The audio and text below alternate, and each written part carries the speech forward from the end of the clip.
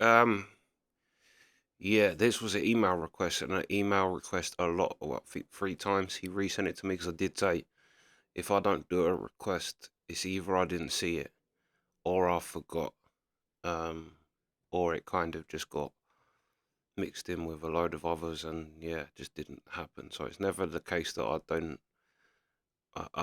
don't do them. I choose not to do them. Do you know what I mean? It's just a case of, yeah, I'm an idiot. But yeah, Chris Cornell. This is Chris Cornell suicided documentary, which I kind of have a. This is going to be good because I kind of have a idea, and I was kind of looking when I first got into Chris Cornell, and when you start looking, it's a bit like Kurt Cobain too. It's hard to escape the the death of Chris Cornell. Like it's just so this would be interesting to see what like this documentary has to say because I know he was tied in with Chester Bennington on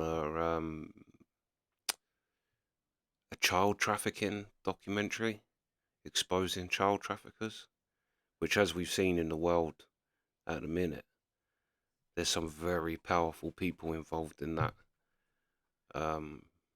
Yeah, people that could 100% just make you suicide to yourself.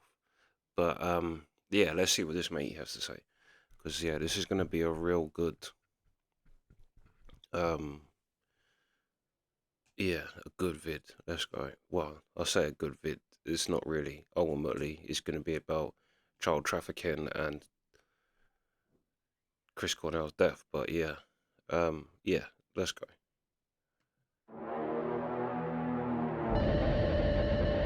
This is a concerted effort, politics of personal destruction. Fuck you, John Podesta. I just got to the location and his housekeeper came out and said that he unfortunately killed himself. I did something really dumb. I'm not suicidal. I'm not suicidal.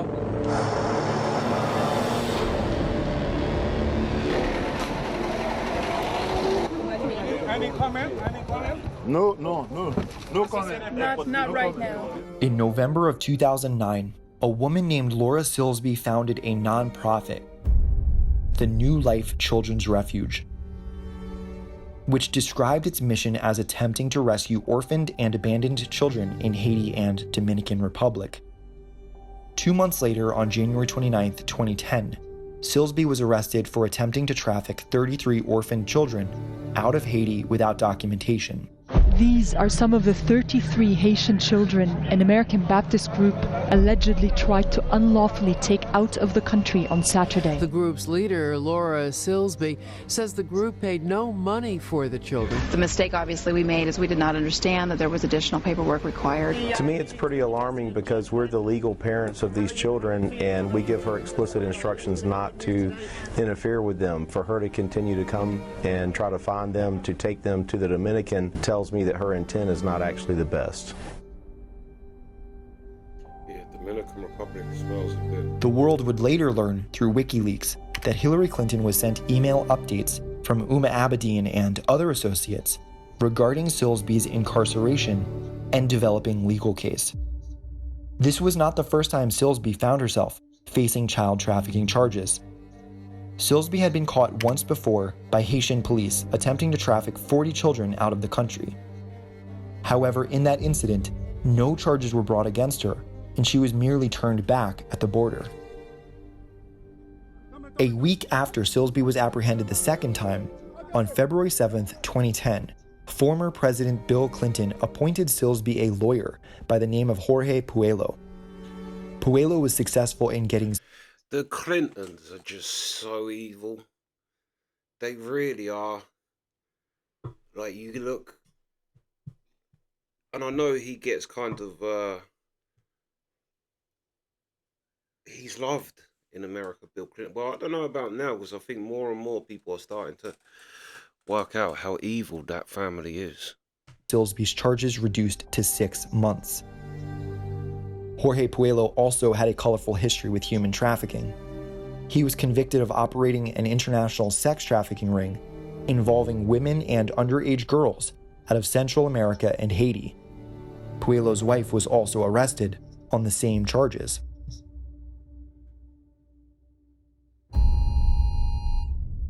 In 2011, Silsby was appointed as CFO of the software company Connexus and would later become its vice president of marketing. Connexus operates AlertSense, which is the mass notification software used in FEMA's Integrated Public Alert and Warning System, or IPAWS. The goal is to alert Americans to emergencies like severe weather and missing children. One of IPAWS' functions is to issue Amber Alerts to the public in the event of kidnapping. The Amber Alert system was set up during Bill Clinton's presidency. In 2015, Laura Silsby married Norman Gaylor and took his last name, which is how her name now appears on the Connexus website. How does a woman who was caught multiple times attempting to traffic children internationally get promoted to the executive team of the preeminent kidnapping warning system in the country? And why did the Clintons intervene in her trial? We're going to continue to provide support, as we do in every instance like this, to American citizens who have been charged, and hope that this matter can be resolved in an expeditious way. The morning of July 26, 2019, Twitter users saw hashtag Clinton body count trending, just weeks before Jeffrey Epstein had reportedly committed suicide in his prison cell. The phrase Clinton body count was nothing new and had become a meme in forums across the internet years prior. It references the seemingly anomalous amount of Clinton associates who died suspiciously or under mysterious circumstances. Yvette Folger, a close friend of Clinton associate James Alefantis, gave a statement in support of Silsby during her trial. Folger is the daughter of Michael Maccabee, who coaches leaders of Nuestros Pequeños Hermanos, or NPH, a large organization that runs orphanages all over the world. Folger's son, Max Maccabee, is on the board of directors of an NPH orphanage called Friends of the Orphans, which is one of the 760 orphanages operating in Haiti and happens to be the exact orphanage from which Silsby was caught trafficking children. Curiously, Max Maccabee gave an emphatic and lengthy statement of support for Comet Pizza during a contentious neighborhood commission meeting back when the Pizzagate controversy exploded. It is also worth noting here that Frank Giustra, owner of the Radcliffe Foundation, is on the board of directors for the Clinton Foundation and is a major donor to the organization. The logo of El Pita Home, a refugee center founded by the Radcliffe Foundation, happens to be almost identical in shape and color to the boy lover symbol that the FBI declassified in 2007. Now, regardless of how you feel about the veracity of Pizzagate, scandals seem to follow the Clintons. Their ties to pedophilia don't end there. Monica Peterson was a research intern at the lab. It really, watching things like this is why I stopped watching conspiracy things, because it gets to a point when you're like, you just can't trust, why is it anti-gay lawmakers are ones that turn out to be doing the most deprived gay things? Why is it that people who elect themselves as carers of children, like we're having it at the minute with that nurse who they think killed 7 children and has become the biggest child killer in our history, at least. It's just crazy, and it just makes you think you really can't trust anyone. Like, these people are there to, under the disguise of they're helping. It really is, and let's just go. Laboratory to Combat Human Trafficking, and a research fellow and assistant director at the Human Trafficking Center. She also served on the Colorado Human Trafficking Council's Data and Research Task Force. Peterson wrote and spoke prolifically on human trafficking. On August 15, 2015, Monica announced her plan to visit Haiti to conduct research on human trafficking and, subsequently, began living there full-time. On January 3rd, 2016, Monica shared with her friend Bella some of her findings based on her fieldwork in Haiti up to that point. Quote, Ms. Clinton has corrupt and dirty business to finish in Haiti. This is the theory my master's thesis puts forth. This is modern structural slavery. But the real significance of this scandal for me, I know you feel me, Bella, is the link to contemporary slavery and trafficking. I can't say to what extent, but there is human trafficking happening through the Clintons' Caracal complex. By this point, Monica seemed to be investigating the Clinton Foundation's child trafficking ties full-time. On November 13th, 2016, Monica Peterson was reported dead in Haiti, although no body was ever retrieved for the family's burial service. Monica's family was told that she committed suicide, but they were kept in the dark as to the exact details of her death. She seemingly took her own life by hanging. But since that time, things that have come to light that just don't fit with Monica's life. None of this seems to fit, and maybe that's just the way it's always going to be. Peterson's professor, Claude D'Estrie, said the following about her death. Quote, she decided to take on one of the demagogues in the field of human trafficking. She produced a 110-page analysis of human trafficking in Haiti. 2 years of research. We were looking for someone who was smart enough and maybe brave enough to publish her work. I will continue to seek out and publish it for her. After making this statement, D'Estrie suddenly disavowed any connections between Peterson and human trafficking and the Clintons. D'Estrie said Peterson had gone to Haiti a number of times, but she was not there to research human trafficking and was not investigating the Clinton Foundation. Why would D'Estrie do a public 180? It turns out that he worked as a supervisor in the U.S. Attorney's Office on behalf of DynCorp between 1999 and 2002. This coincides with the exact time period DynCorp was caught sex trafficking children in Bosnia and Kosovo, and no prosecutions were made. DynCorp played an active role in sexual abuses in Haiti. What if Monica Peterson was actually onto something before she died? What if her discoveries were true? Has anyone else unearthed the Clinton Foundation's alleged ties to human trafficking?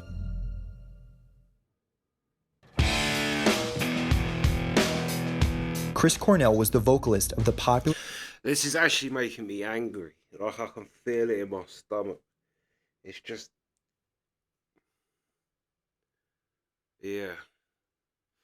It's just disgusting. I know that's kind of a very obvious thing to say, but I don't even mean the act of the human trafficking. I just mean the whole...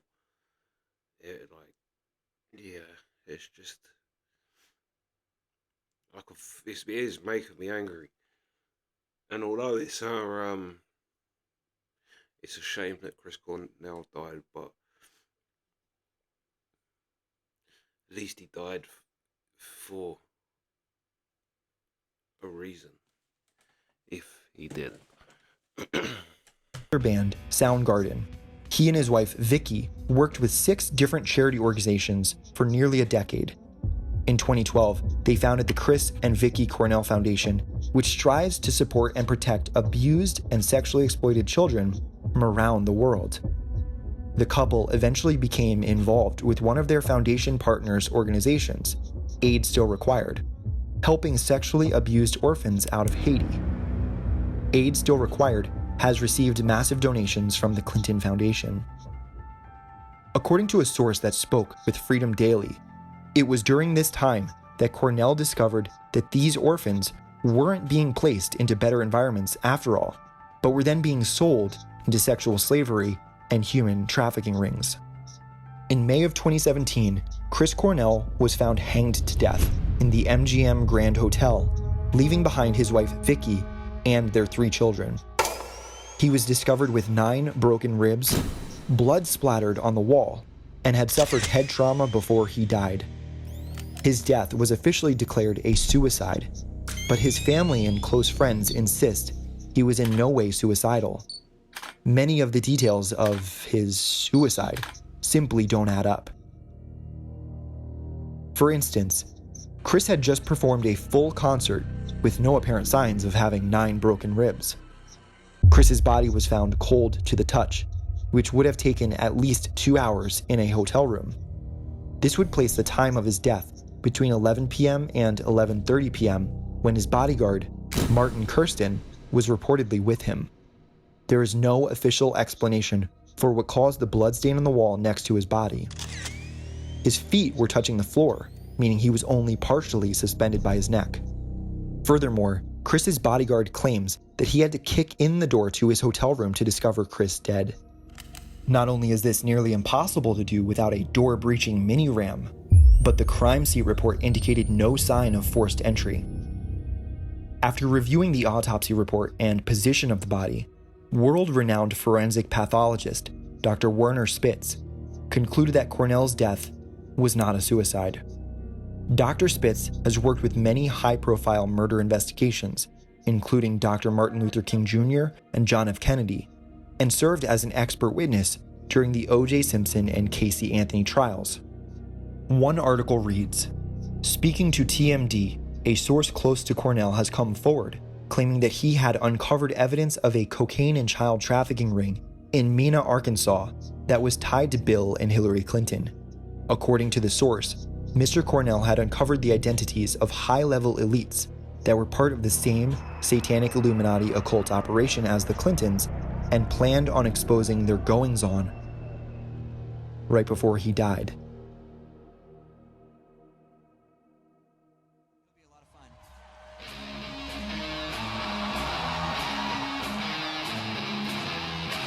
Two months later, it was reported that Linkin Park frontman Chester Bennington committed suicide on Chris Cornell's birthday.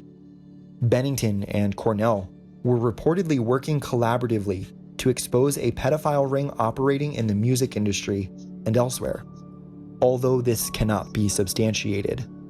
However, that doesn't mean that Bennington's death, and life for that matter, is without intrigue.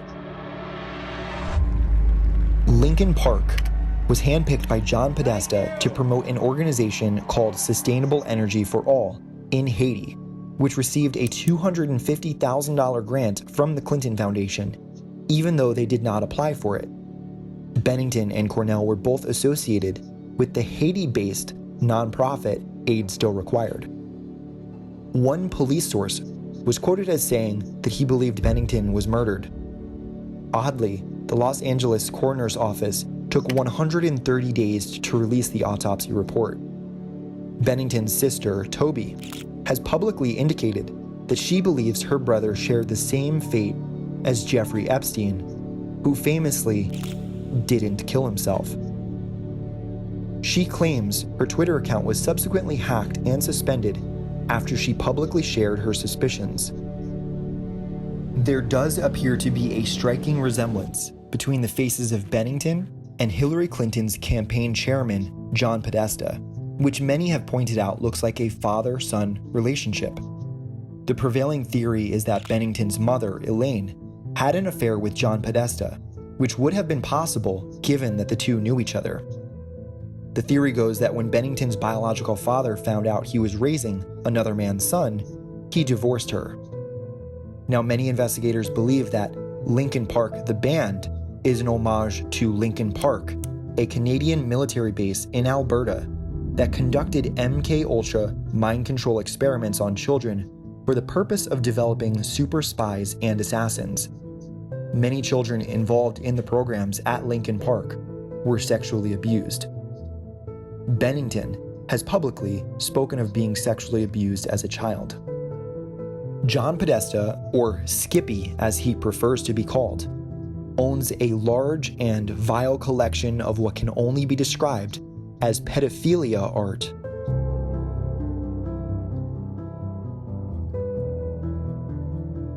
Podesta was also chief of staff to President Bill Clinton.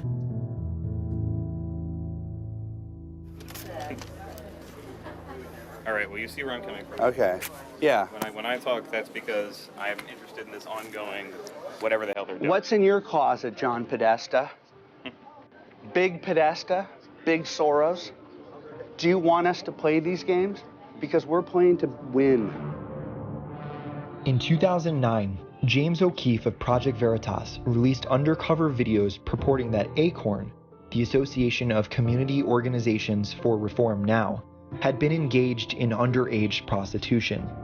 None other than John Podesta was appointed to investigate the scandal. Journalist Andrew Breitbart was vocal about his disdain for Podesta. On February 4th, 2011, Andrew Breitbart tweeted, "How progressive guru John Podesta isn't a household name as a world-class underage sex slave op cover-upper defending unspeakable dregs escapes me." Then, a year later, all throughout February 2012, Breitbart telegraphed the release of a video that he said would appear on March 1st. This video, he claimed, would be severely damaging to Obama's re-election campaign. "Wait till they see what happens March 1st, he said. Right before the anticipated release on February 28, 2012, he tweeted, "How much longer until they kill me? Heart attack or car accident, or frame me for a crime? Read me while you can." Breitbart died of an alleged heart attack on March 1st, 2012, just 2 days later. The coroner who conducted the investigation died of arsenic poisoning just 2 months later. Given the gravely serious nature of investigating international child trafficking rings and their ties to Washington, Hollywood, and the Vatican, there have been many suspicious deaths of whistleblowers and journalists who've attempted to blow this story open. There is a preponderance of dots that, if connected, may point to those who seek to silence this message. Moreover, this industry of sorrow appears to be international in scope. Human traffickers see borders as mere lines on a map. It's important to draw the distinction between what I call lone wolf pedophiles and international networks. The networks allow the media to cover stories on lone wolf pedophiles because it feeds the idea that pedophiles don't work together clandestinely on an industrial scale. One need not look any further than the suspicious death of former police detective Mark Minnie, author of The Lost Boys of Bird Island, an expose of high-level child trafficking in South Africa. Shortly after publishing his book, he was found dead by gunshot to the head. His death was ruled a suicide, despite his family claiming he assured them that he would never commit suicide. An official cover-up of a pedophile ring involving former Minister of Defense Magnus Malan and 3 other National Party cabinet members. But family members say Minnie told them days before he died that if anything happened to him, they must know he was killed. He has been mentioning it to us for quite a long time. He expressed that his life was in danger. There is no ways that I or any of us believe that he would have opted out. I know this is very inappropriate to say, but good God, her voice is deep. And that is why I've actually agreed to do this interview, to dispel any thoughts and rumors that this could have been a suicide. 15 years ago, I was incarcerated and tortured by the government because of a book I published naming names of big group of politicians and businessmen that were doing child trafficking. One can also examine the case of investigative reporter Lydia Cacho Ribeiro, who was beaten, raped, harassed, arrested on false charges, and had her home vandalized when she began investigating systemic child abuse in Mexico. There was the 7th time in my life as a journalist that I had to flee my home in order to stay alive.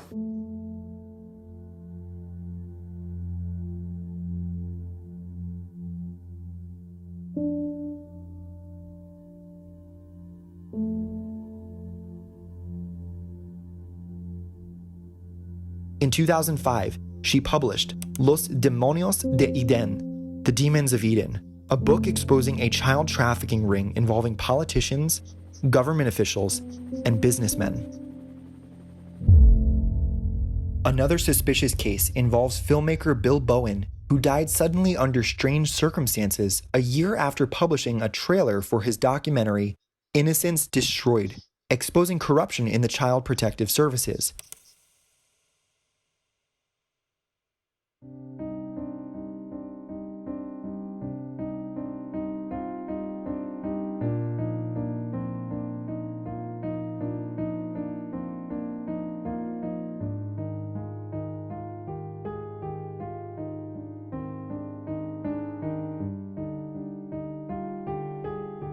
He's why that was in Iraq.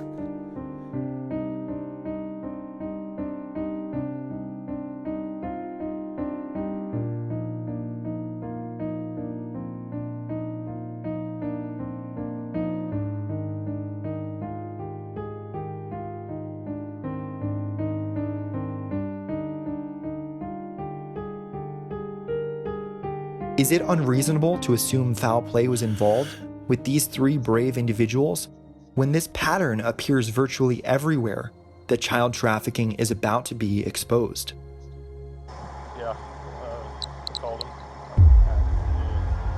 On May 13th, 2019, police responded to the scene of an apparent suicide where an individual jumped from a bridge onto a motorway before being struck by a vehicle. Corey Feldman, you are fake news and you protect pedophiles. Actor Isaac Cappy, age 42, had stated in a live stream just 3 days prior to the incident that he would not commit suicide. While making bold statements about the existence of pedophile rings in Hollywood, he acknowledged he was putting himself in harm's way and had proactively taken steps to ensure his safety, such as setting up a dead man's trigger. Something bad is about to happen? Yeah, something bad's about to happen. We know you can't trust the cops, so I was like, what can I do to give myself time to save myself, to insulate me? So I gave them the thing that said I had a dead man switch. What does that do? It means they can't kill me. They can't kill me. They can't kill me. Do wealthy and powerful groups engage in human trafficking and conspire to systematically cover up its prevalence? Are the whistleblowers correct in their claims of widespread pedophilia, permeating the upper echelons of finance, law enforcement, religion, entertainment, and politics? We are left in perplexity. Do we go back to believing that activists on a moral crusade routinely kill themselves? Or do we take the harder pill to swallow and acknowledge that criminal syndicates will go to unspeakable lengths to evade prosecution for their crimes? Perhaps next time we will pause and reflect on the brave mavericks that died exposing this monstrous black market. The next time we read a headline of someone who has been suicided.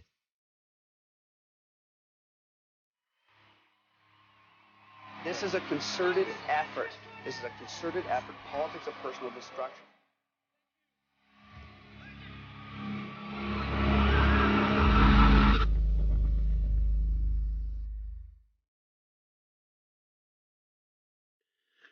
Yeah, that's crazy. That is just crazy.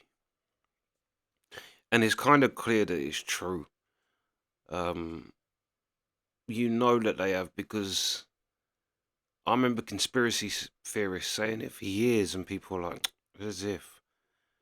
And then, yeah, Savile got done, Epstein's Island, and so we know it's true. Prince Andrew.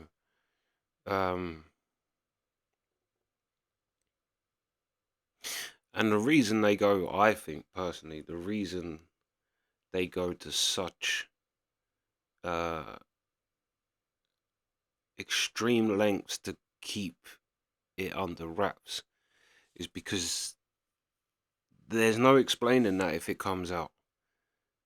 There is nothing that you are going to be able to do to withstand the backlash of the people.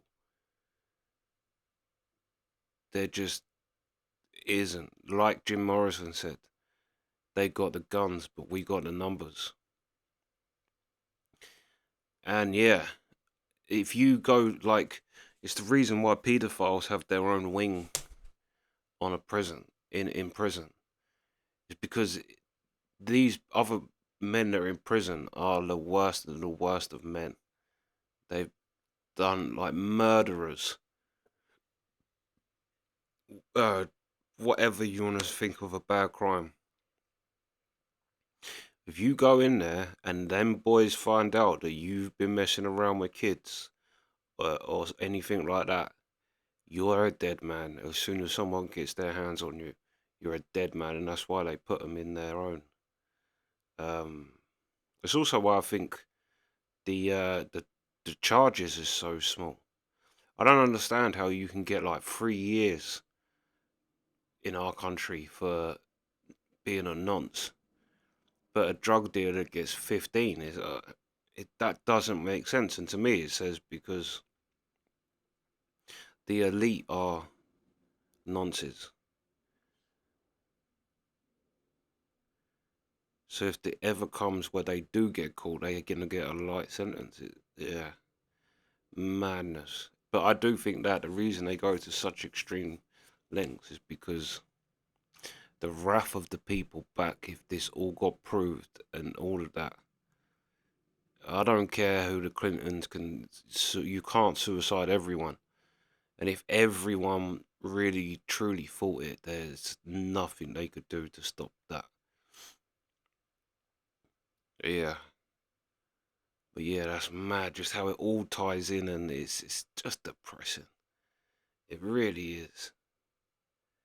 And like I say, the worst thing about it is these people are meant to be looking out. Like, where does you turn to then? Like I said, we're having it with the nurse in the NHS. She works for the NHS. She killed 7 babies. It's like you're creating a world where people don't even want to turn to the people that they should do. The only people they can do, they don't want to turn because they don't know. But there's an interview because George Harrison started off the whole concert with the Bangladesh concert, the concert for Bangladesh. And in an interview, I saw him say,